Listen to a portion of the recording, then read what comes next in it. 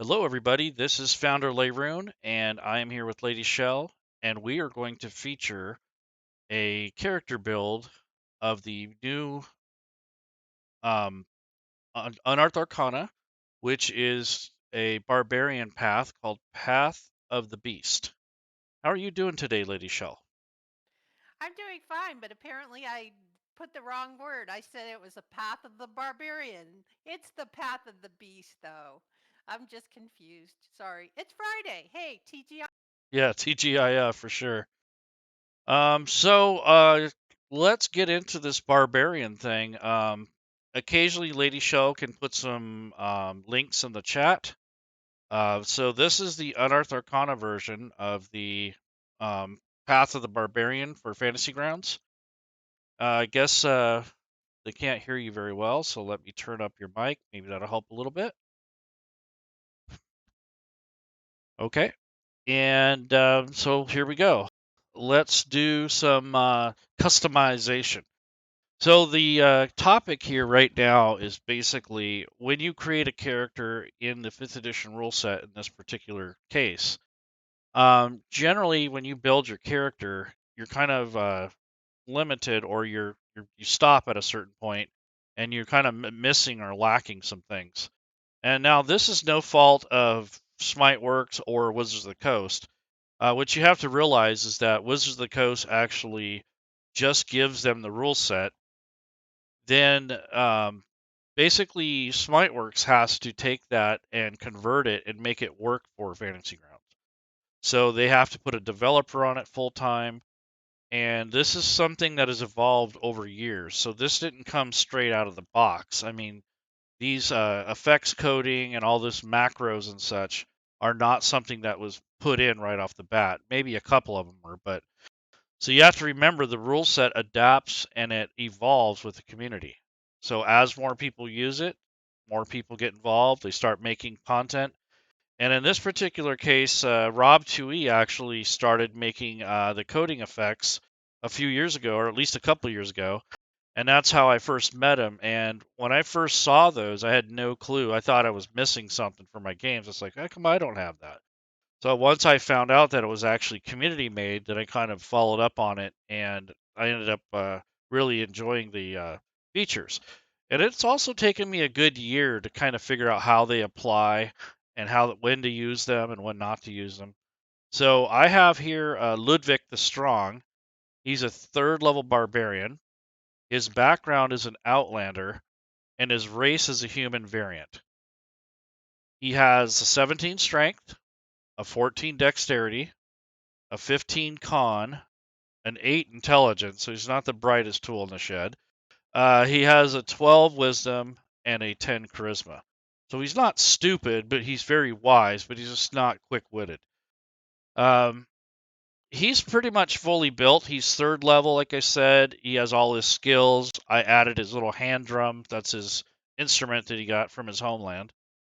Um, Here is where a lot of the things get missed when people are building characters, or they're realizing that there's some features here that they can't find. So I'm going to break these out into sections. And as I do so, Lady Shel, let's ask the people in the crowd if they have any questions about what we're doing, and maybe send them a link to the Rob 2E coding effects so they have an idea of what I'm working with and why I'm doing this.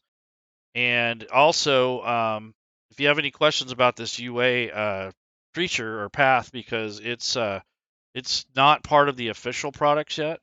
So some of this stuff isn't even coded in Rob 2E's coding packs yet, and that's because it's not official content. Normally, he won't make it unless it's actually part of the canon material. So I'm going to bring out all these features that belong to this particular build. And you got to remember that a lot of the builds are different. So they're all going to have different things that you have to look at.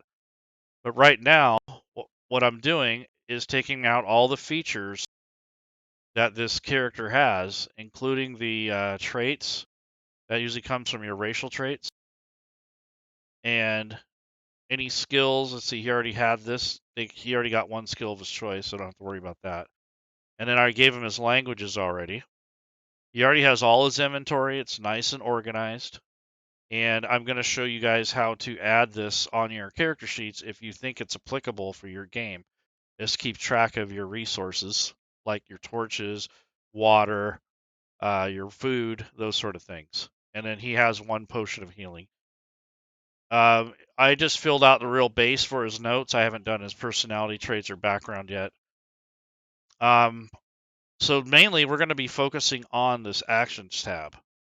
And as you can see right off the bat on the actions tab, which is the bottom tab on the right-hand side of the character sheet.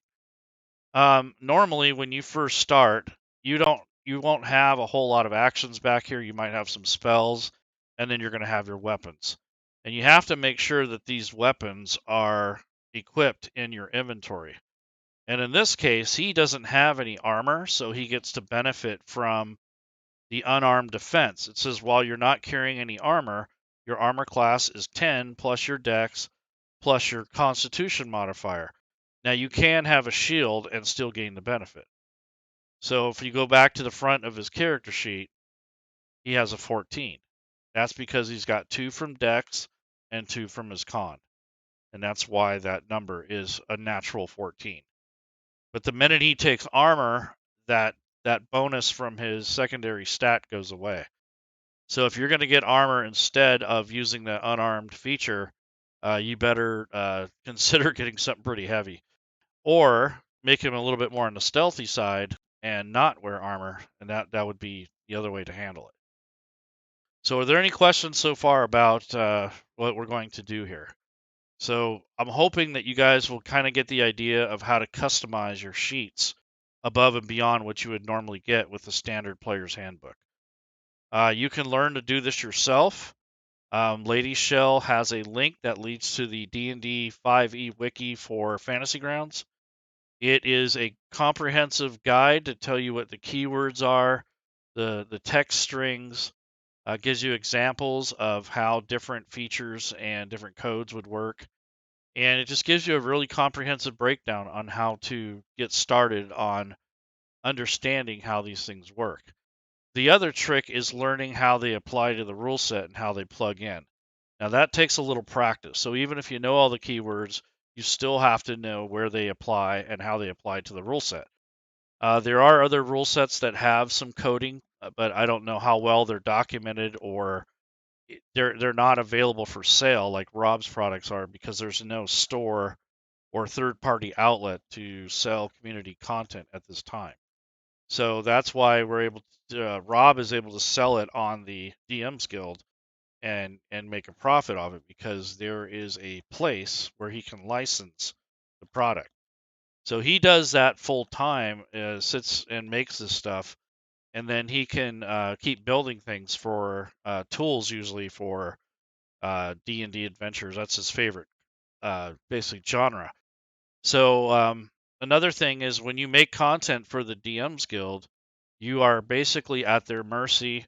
They cut the profit right straight down the middle. So if you build content on the DM's Guild, you have to take a 50% cut. So whatever he makes on there off of these purchases, he only gets half. So just remember that when you're buying or you're grumbling about paying so much money to an author, just remember all the authors on there are getting cut by 50%. So just keep that in mind. So whenever you create something, you have to give Wizards of the Coast and the website 50% of whatever you make. So what we're going to do is customize this character so that we can utilize some of his features. And the reason we're going to do this is so we don't put all the burden on the Dungeon Master. And that is a very important thing. Even if you're a player, it really helps when you know your character and you also know how to help your DM out to make things smoother. So if I was going to play Ludwik the Strong, I have all my weapons here. I'm all ready to go according to the way that you would basically create this character. But quite often people will say, well, how do I handle rage? And you have advantage on strength checks and saving throws. You have melee attacks, you get a bonus to, and it increases as your rage levels increase for your level. And then you have resistance to all these 3 different attack types. You can't cast spells, and your rage will last for a minute, and it ends early if you're knocked out or unconscious. And once you've raged the number of times shown on your barbarian level and rages on the column, then you have to finish a long rest before you can rage again. So there is a way to code that, and a lot of people initially don't realize that that actually can be somewhat automated.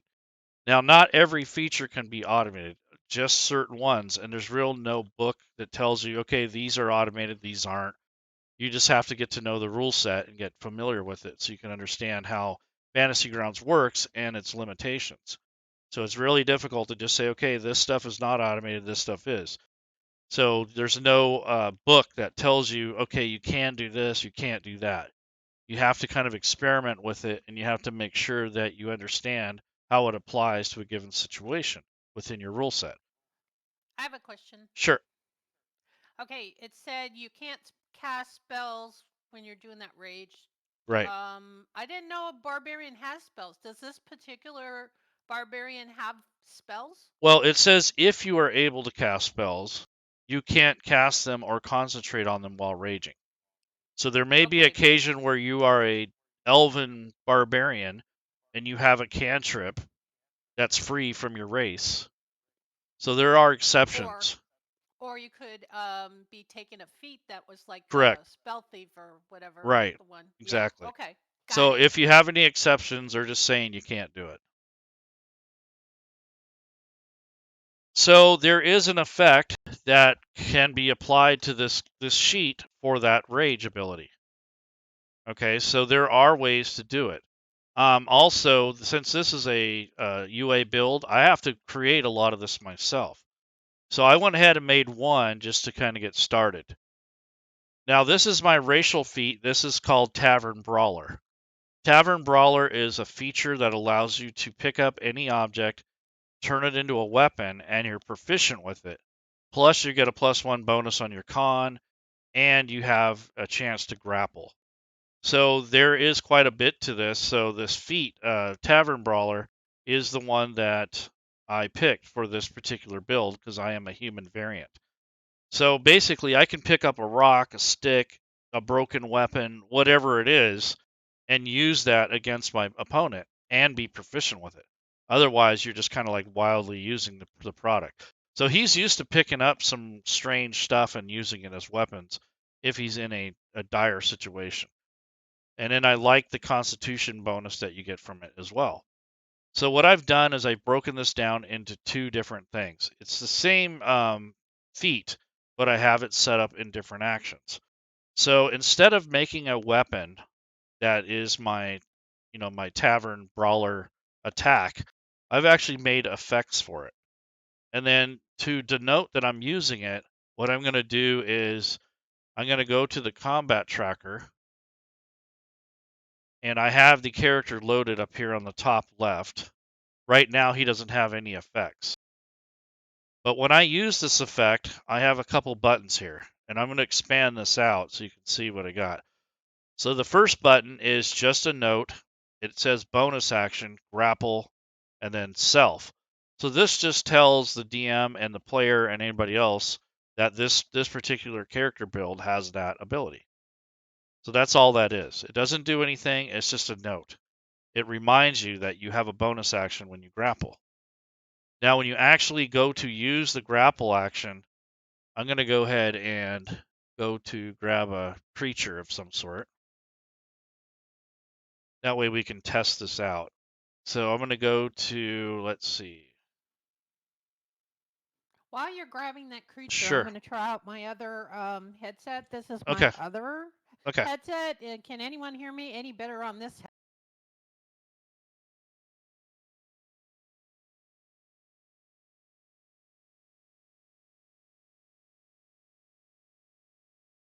Could be like the Verizon guy, which is now, isn't he with Sprint now? I think he is. Probably. Can you hear me now? It's about the same. Damn, I don't know what to do. My good headset is at home at my other house, and I left my other headset here, which apparently doesn't work very well on stream because it seems to work okay in Discord. on my Discord, that could have a lot to do with it.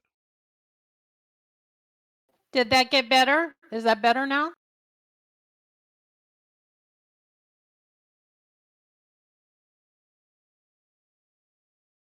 Only for a moment?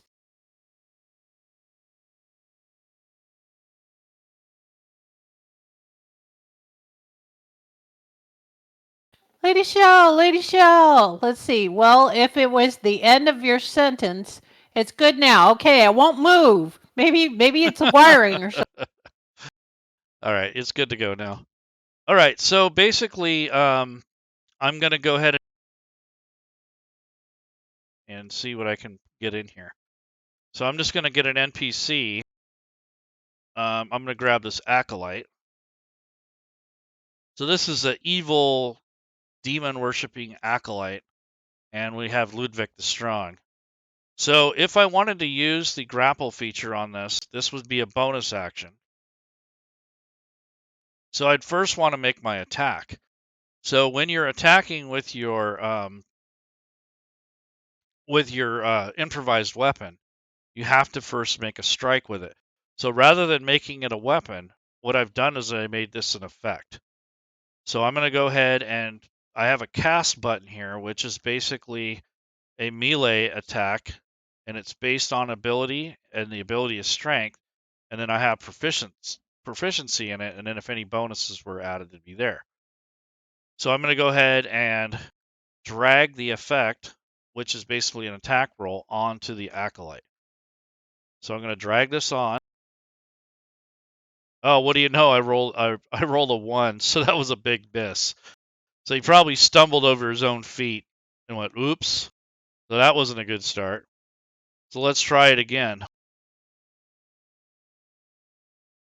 That time he rolled an 11 and added 6 plus 5, which is his bonus from his strength and his proficiency bonus added together. So this time it was a strike. So then I have 3 different types of damages here. I have bludgeoning, slashing, and piercing. So depending on what object he picked up, that would determine the type of damage. So in this case, it would be bludgeoning. Let's say he picked up a rock and he used it to smash the guy in the head. So I just drag this over, drop the damage, and that would be, it gave him 1 wound. So this is just a way to make it a little simpler instead of the DM having to do all this manually. The other next step is if he wants to make a bonus action, he can use that feat and go ahead and try to grab his opponent or grapple him. So I have another effect on here that's part of the first one, which has the grappled condition.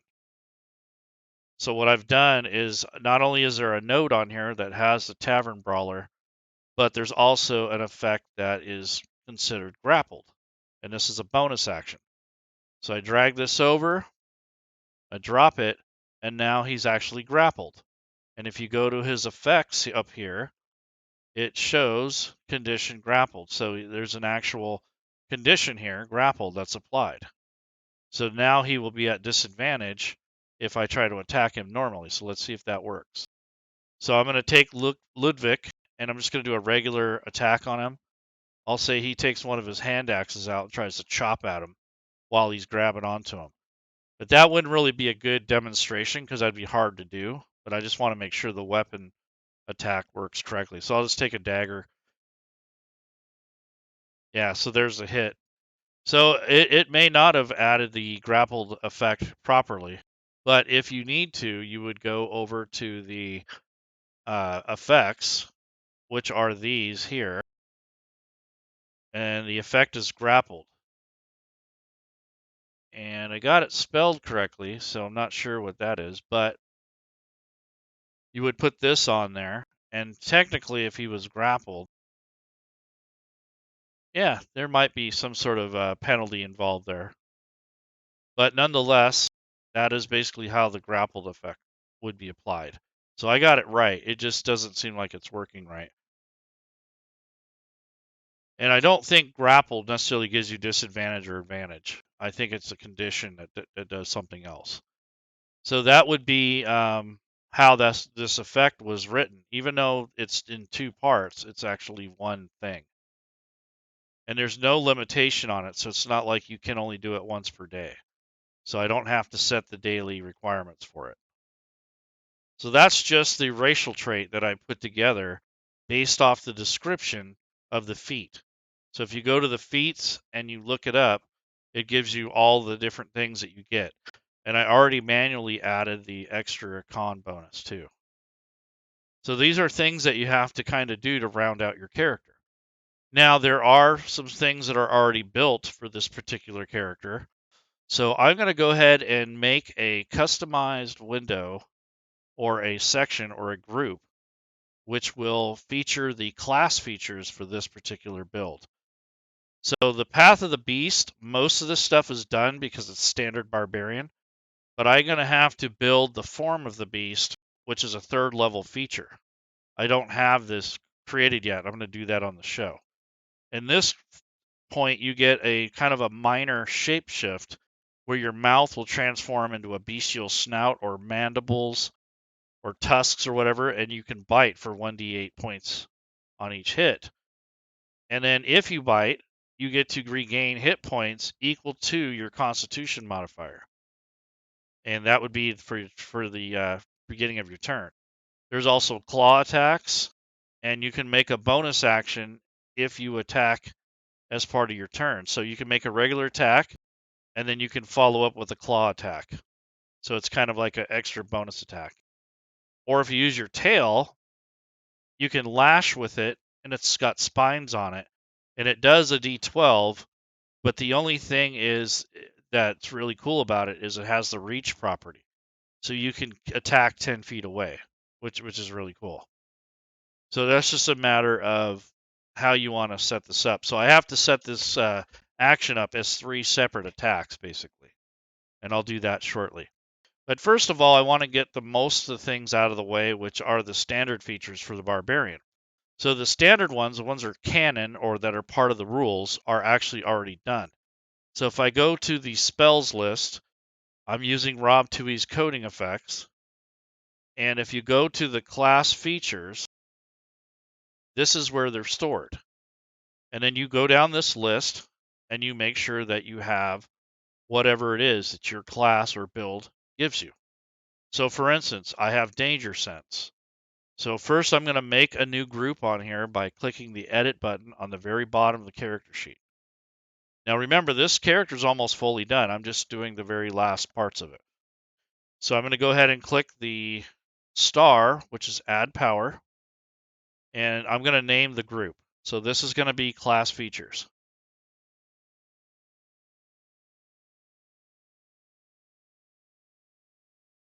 So class features Barbarian. Once I click on the cell to the left, it will update the header. So this is the actual, now this is called class features Barbarian instead of just powers. So this is how you make a new category. Now with that in mind, all these codes over here are already done. So I have Danger Sense. I drag that over. It's already on this particular build now. I don't have to do anything. And I'll close this little tag up here because I know I've already dealt with it. Then there's Reckless Attack. Well, there's an effect for that. It's already been done. So I go ahead and add that. And I'm going to close it because I know I've dealt with it. And then you have Rage, which is part of a normal part of the Barbarian. So with that in mind, I'm going to bring over the Rage.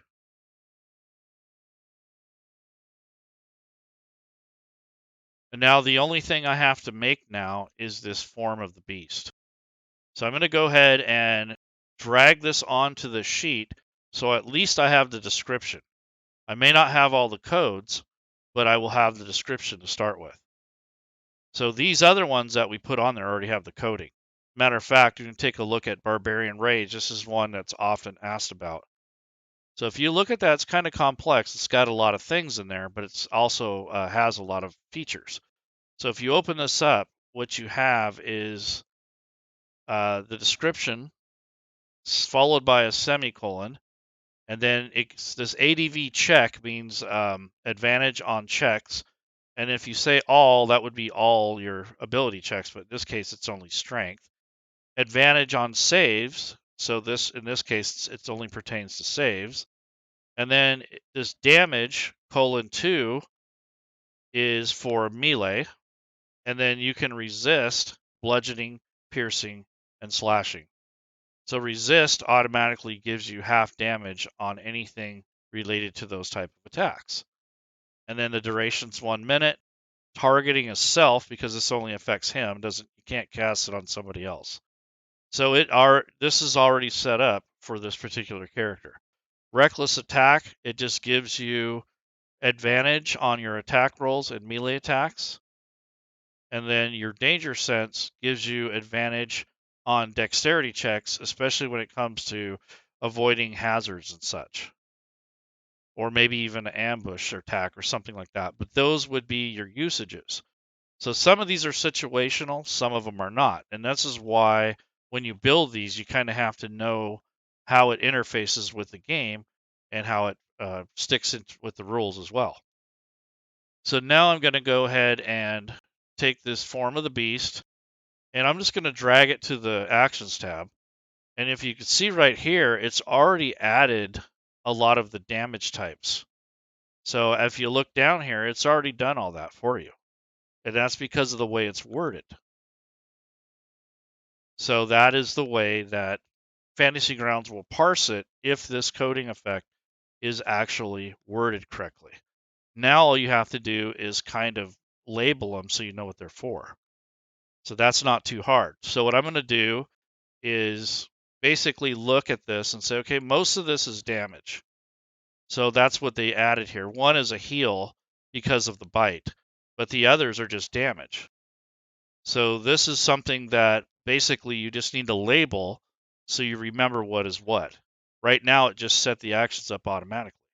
So I didn't really have to do a whole lot, but just add it to the sheet.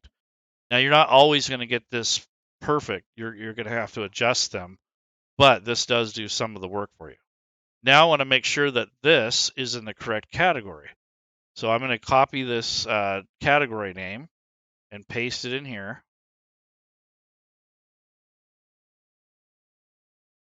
And now this feature is in the class features Barbarian. This is part of his class features. So now all I have to do is go to each one of these and put a notation. For instance, this damage here is piercing. So we're going to have to know that that has something to do with this form of the beast. So that's just something you're going to have to look at the description for. So when you're actually going to use your bite attack, you're going to open up the description. So let me get out of the edit mode. So when you want to use your form of the beast, and you can use it when you're raging, is what happens. So what the actual wording here is at 3rd level, you gain this feature. When you enter rage, you can transform, revealing your bestial power within. Until your rage ends, you manifest a natural weapon. And you can choose, so you're not stuck with just one. So you have to remember which one is which. So when you're using this effect, you know that the D8 is the bite. And if you bite someone, you regain a number of hit points equal to your con modifier. So it's already set that up. And then the 1d6 is your claws, which is a bonus action. And then the 1d12 is a spiny tail that lets you do 1d12 piercing damage. And when you hit, it has the reach property, so you can actually hit someone 10 feet away. So it's just a matter of getting to know this lore and what you can do with this character.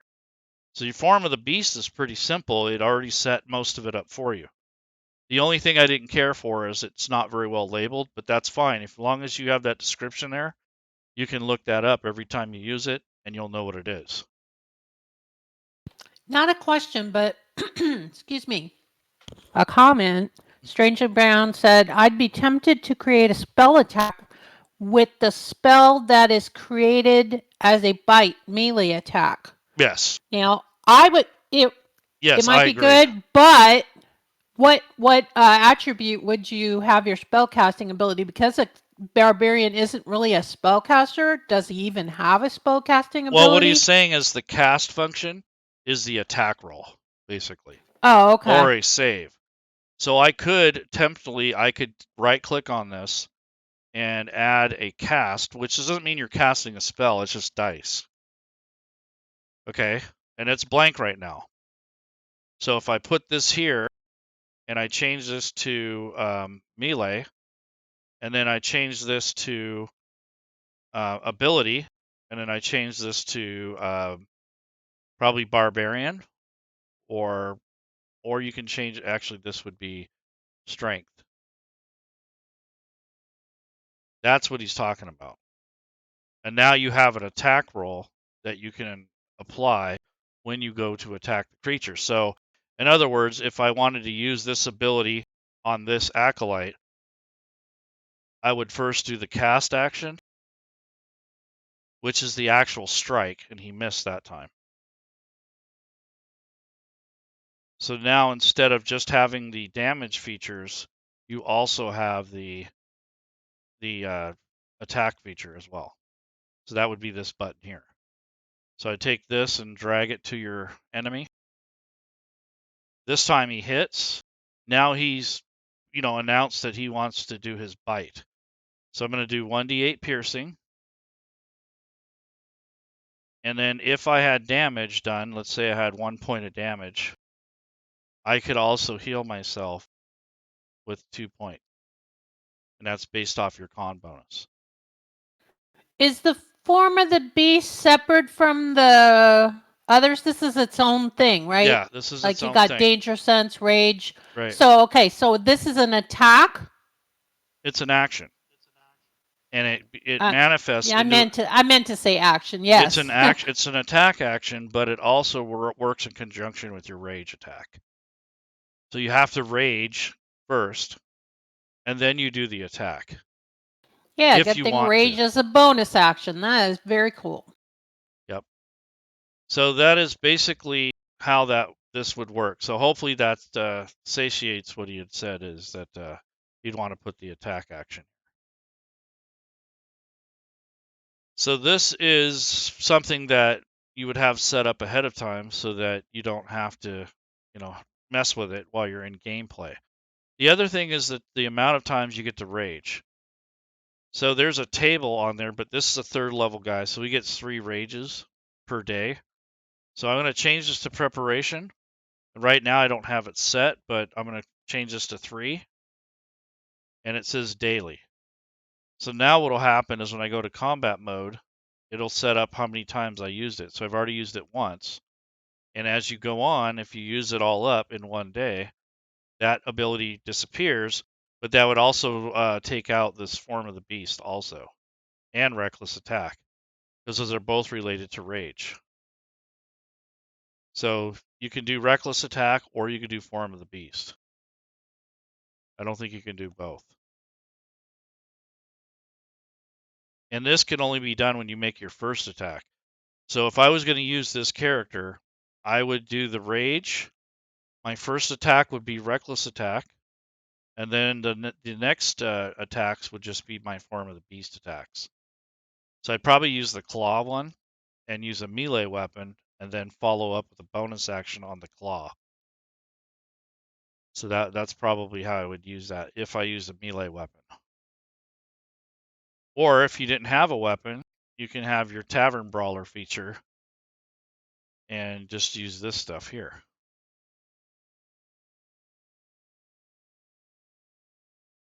So that's basically just part of the things that you can do to customize your character. Now I kind of cheated, already had most of these done, but you can actually do these yourself. You can learn how these work. Once you start looking at how they're written and what's capitalized, what isn't, if it's self or if it's around or whatever, you will start understanding how it impacts the game and how it interfaces with the rule set. So it takes a little while to get used to, but nonetheless, this is something that, I wanted to show everybody. Lady Shel and I were actually talking about this.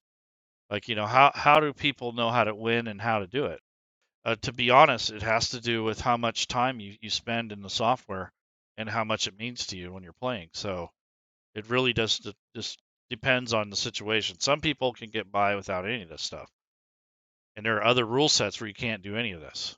So it's just a matter of time and money and development and having the know-how or having a desire to do it.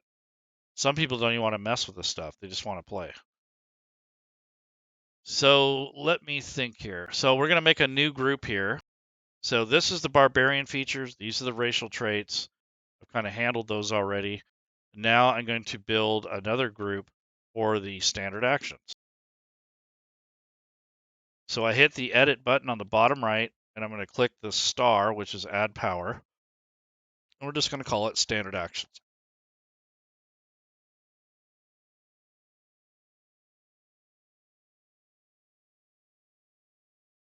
Okay, so here's standard actions.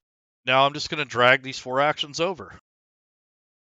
And you notice I'm dragging it right where this blank spot is. The reason for that is if you just drop it anywhere, it's going to end up going into a what do you call it, a cantrip.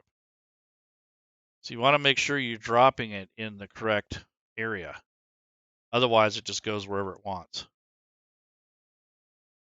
So now that I've dragged those over, and these are stored in the class features, by the way, even though they're really not a class feature, that's where they're stored. Now that I have them on the sheet, I'm going to go ahead and collapse these, and you can use these functions in a game so that your DM doesn't have to do it for you. Because before you had any of these, your GM or your DM would have to go to the effects box up here and manually apply whatever it is. So dodge, you'd have to drag that over to the player if they announced they wanted to dodge. Now the player can just simply click the button and it automatically applies it to themselves. And what's really nice is it auto expires after your turn. So if I put dodge on this character here, which is Ludwik, and then I go to the next turn, when it comes back to his turn, the dodge thing has expired. And you have to announce you want to dodge again or do you want to attack or anything like that. So that's how that used to work back in the day is you'd have to put it on there and then you'd have to manually type in the duration if it had one or manually remove it after the action was attained. So it's just a matter of, responsibility being put more on the players instead of the DM. The DM has enough going on. It's nice when you can offload some of that work onto the players. The other thing is I'm going to create a section for, let's see, the consumable items on his list. Now, you don't have to do this. This is something I adopted a long time ago from a player that showed me this. I thought it was a really good idea, and I just kind of adopted it into my day-to-day gaming and fantasy grounds. So I'm going to go ahead and create another list, and this is going to be my consumables, or you could say supplies, however you want to say it.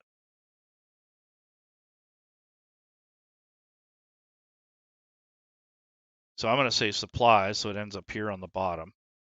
And then I'm going to click on that star a few more times to make myself some more lines that I can fill in.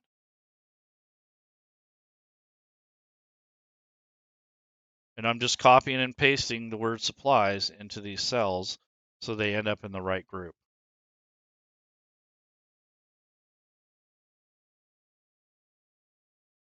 In order to get your Barbarian Rage things back, when you rest, those will reset. So let me show you that real quick. So I'm still building this section, but I want to show you so I've used up all the rage actions. The rage thing has disappeared on the sheet because it's no longer available. So if I go to menu and go to rest, your DM would do this, and go to long rest, they restore. So down here in the supplies, back to that, I'm going to put in my healing potion.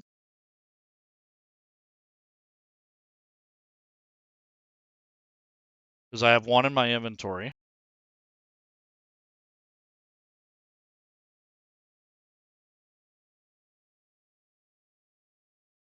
And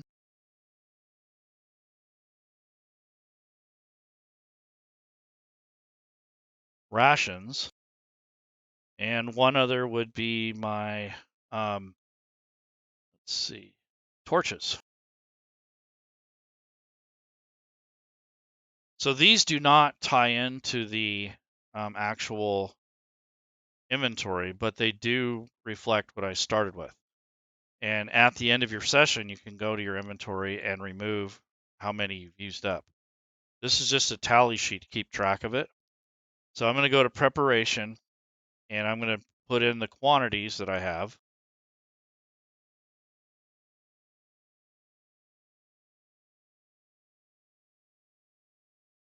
So I have 1 potion, 10 days of rations, 10 torches, and 1 water skin.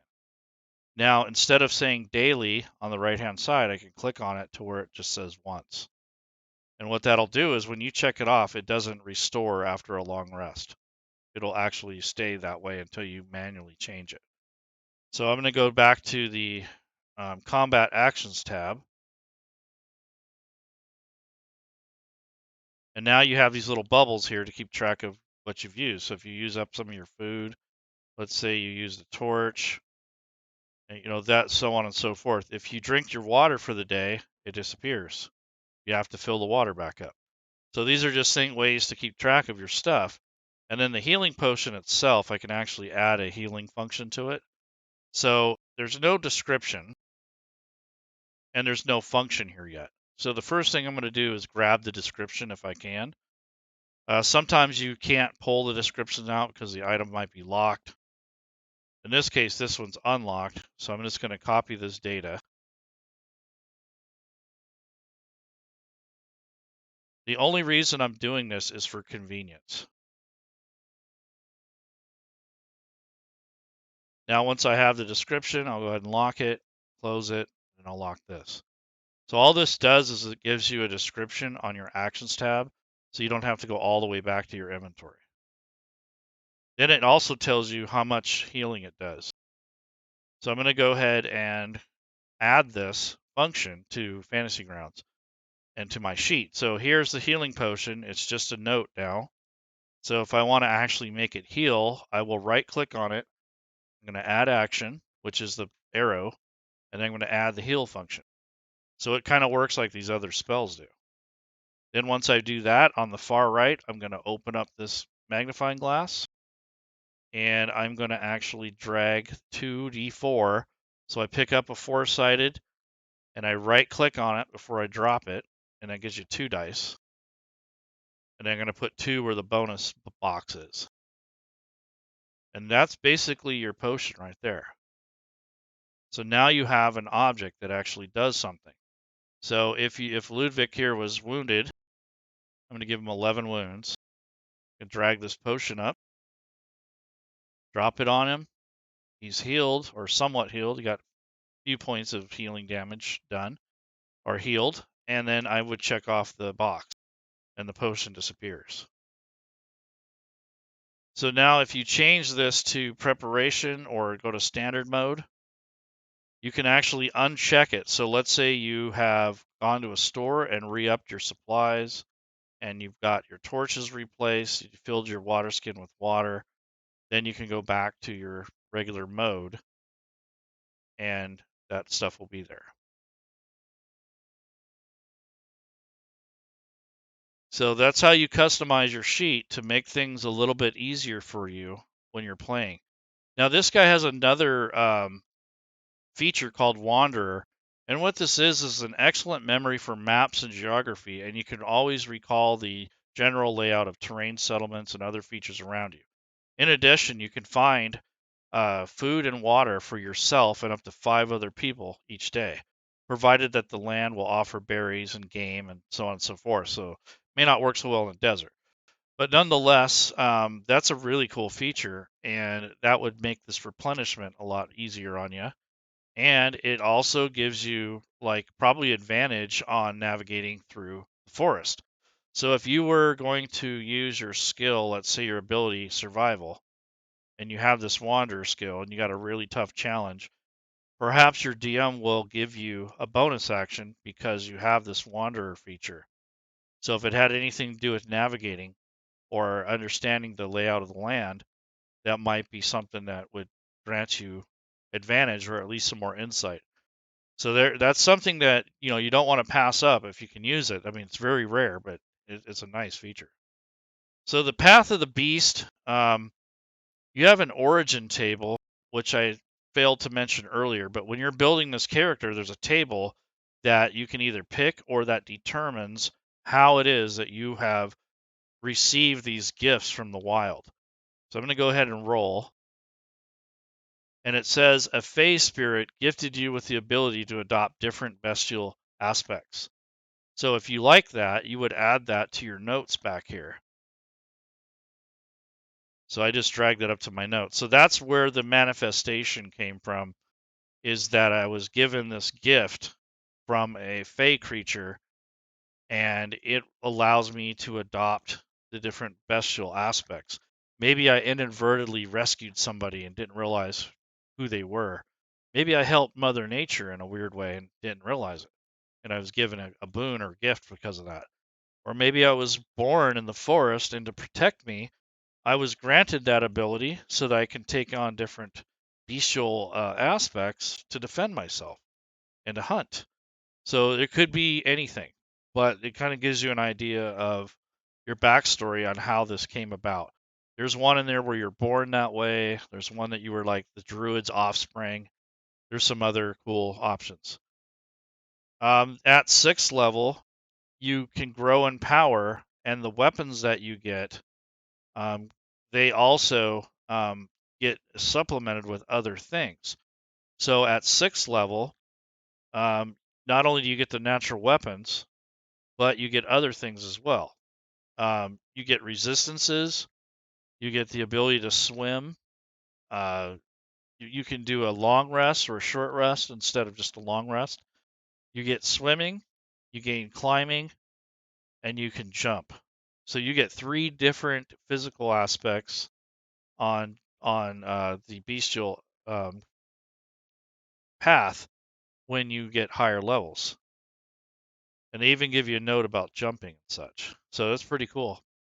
So that's a really powerful path if you think about it. And then you have this Infectious Fury at 10th level, where when you use this, you have this spirit inside your body, and you can kind of like use it to charge while you're raging. And if you do attack something, it takes psychic damage on top of what you're doing with your creature's weapon. So that's pretty cool. And then there's one more called Call of the Hunt, where at 14th level you grow so powerful and ferocious that you can spread it to your allies. So you give them beneficial modifiers and such to the character or the people that are traveling with you, your allies. So they get temporary hit points. They gain the reckless attack feature. So it's pretty, and they have advantage on saving throws versus being frightened. So it's actually a really nice path to have. I kind of like it. It's UA. It's not official, but I don't think it's too overpowered. But it is kind of different. So, Lady Shel, what do you think about the Path of the Beast? It's certainly different. Now, like I said, I have never played a barbarian, but it sounds like it would be pretty cool, especially when you can like grow tusks and get this powerful tail that has reach to it. So yeah, I like. Yep. So this is the Unearthed Arcana Path of the Beast. They just released this in January or so. Lady Shell has some links that describe this creature more in depth. There's also a link to the actual Wizards of the Coast website where they feature this creature, Path of the Beast thing. They also have a video out there that's on DnDBeyond where they talk about it, and they kind of talk about why they came up with it, and we'll see if it makes the cut. I think it would be a great addition to the different paths for barbarians. I don't think it's too powerful yet, but I don't know about the 6th level one. That seems a little overpowered, but that's just me.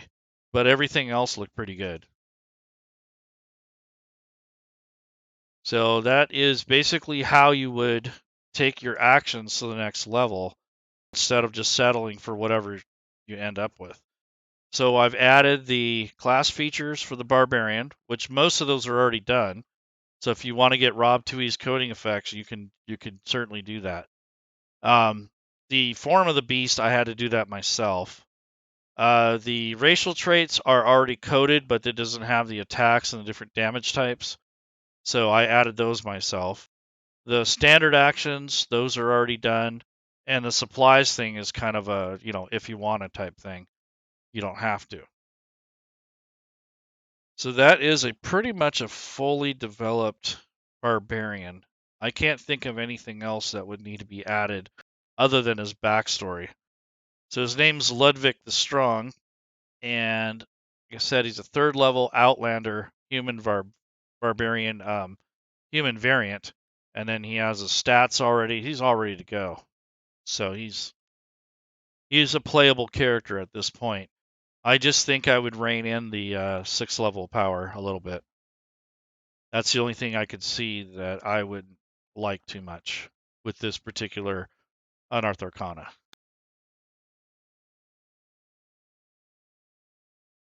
So I think Sounds that's cool. about what we have. We've been going for about an hour. Lady Shel, can you please put the invite to our community? So if you guys aren't already in the Fantasy Grounds College community, we do have a learning type server setup.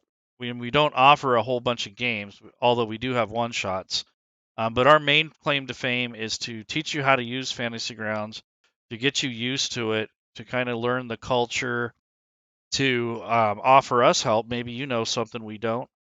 All kinds of things. So if you guys are inclined and you need the help or you're wanting to learn more, join us at the Fantasy Grounds College Discord.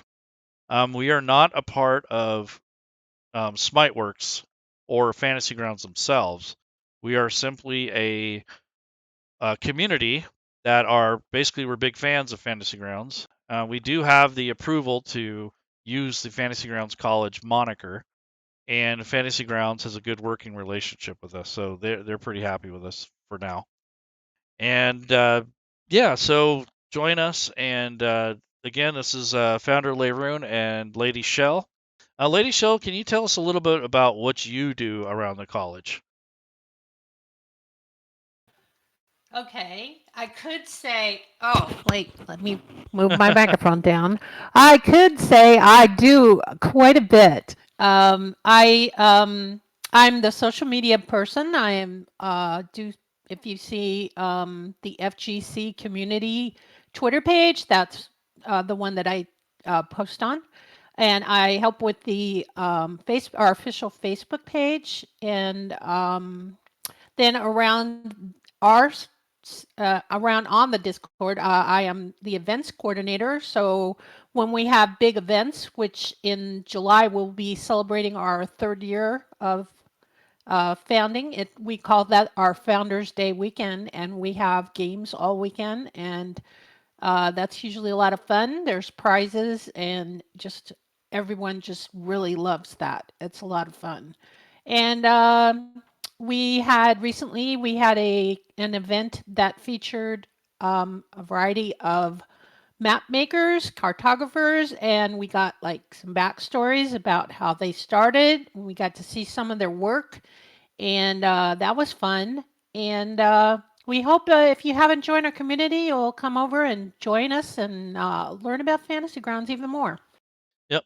And if you're not sure about what we're saying, you can just check down below the video feed.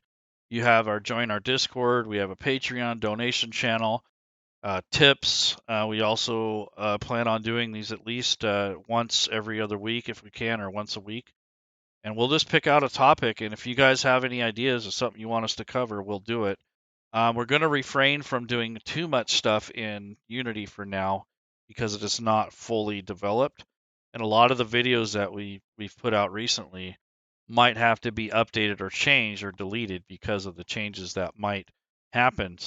So we'll do more, keep doing Unity stuff here and there, but eventually, when the actual the full version drops, we will crank that up. So hopefully you guys are getting what you need out of this, and I'm hoping that you guys have a good weekend.